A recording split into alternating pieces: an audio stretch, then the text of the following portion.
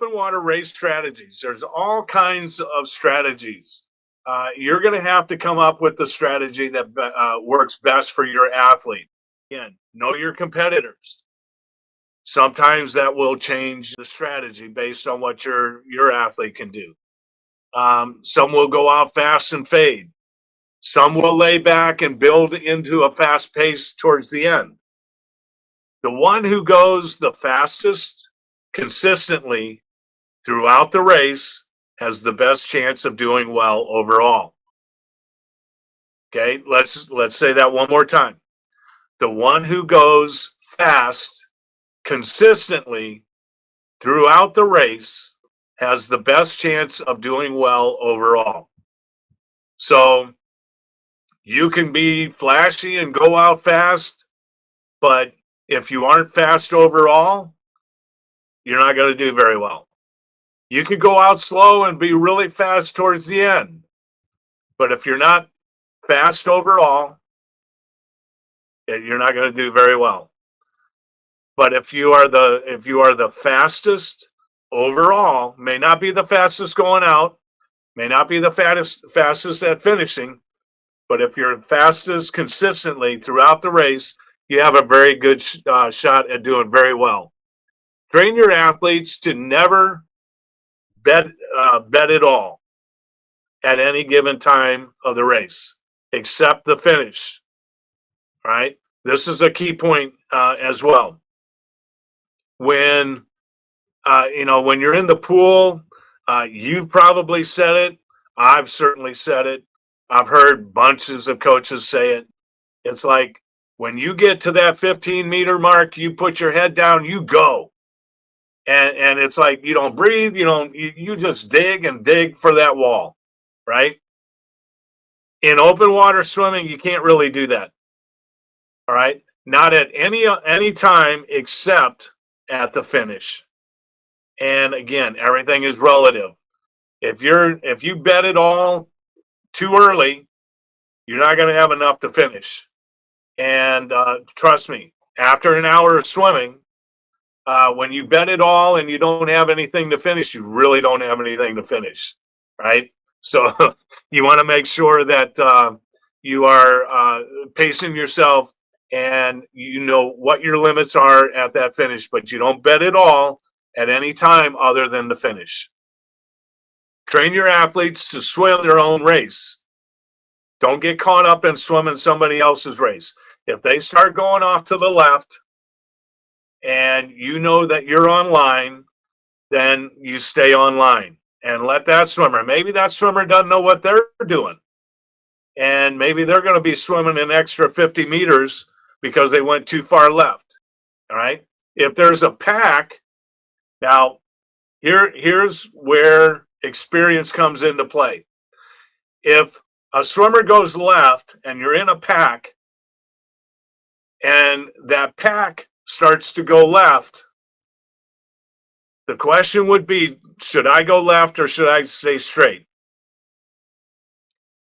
My answer would be, if I'm close to a buoy and I'm going to make a turn real soon, I'm going to stay my course.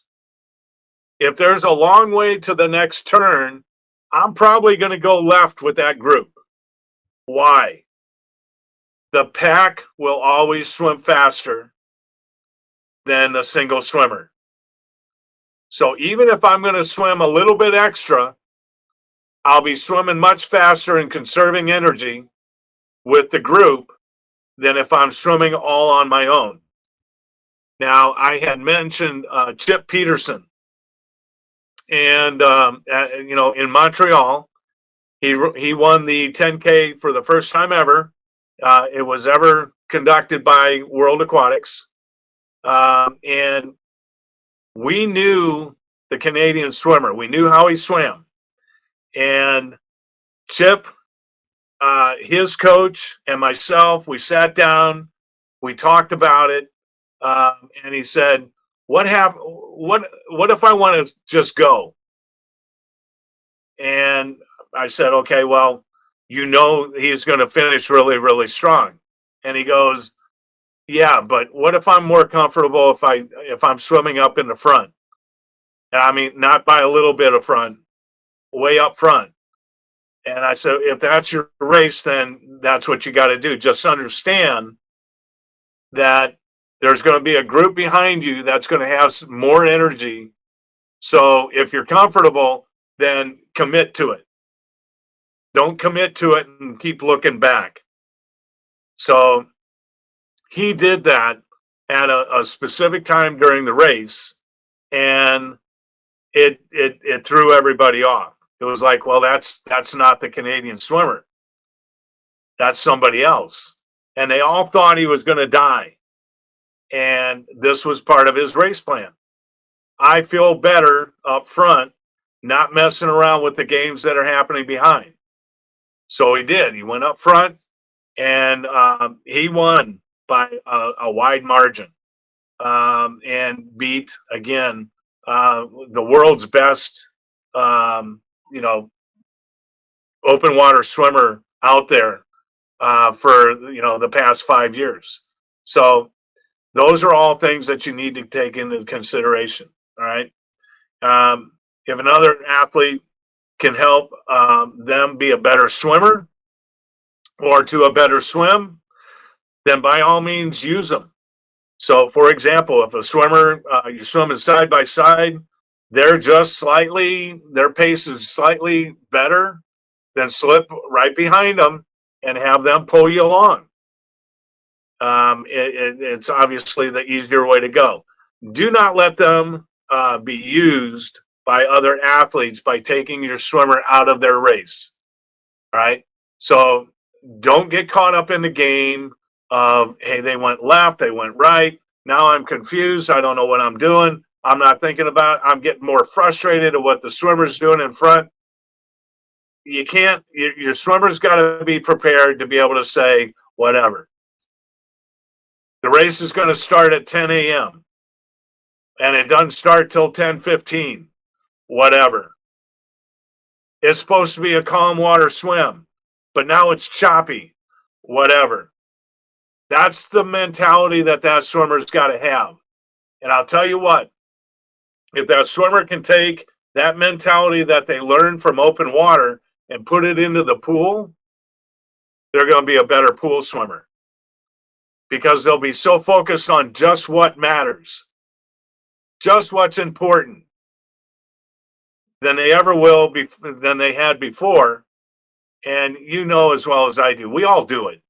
I do it when I wake up. It's like all these things start flooding you, and it just gets in the way, right? If I can brush aside the things that don't matter and focus in on what does, I'm going to be so productive. And that's the way, I fight and I battle that every day. You do too as a coach. You got to help your athletes do the same. It's going to be better for them. Become a member of the International Swim Coaches Association and get access to the global library for ISCA members, and check out our open water swim events, which happen every September and May in Virginia.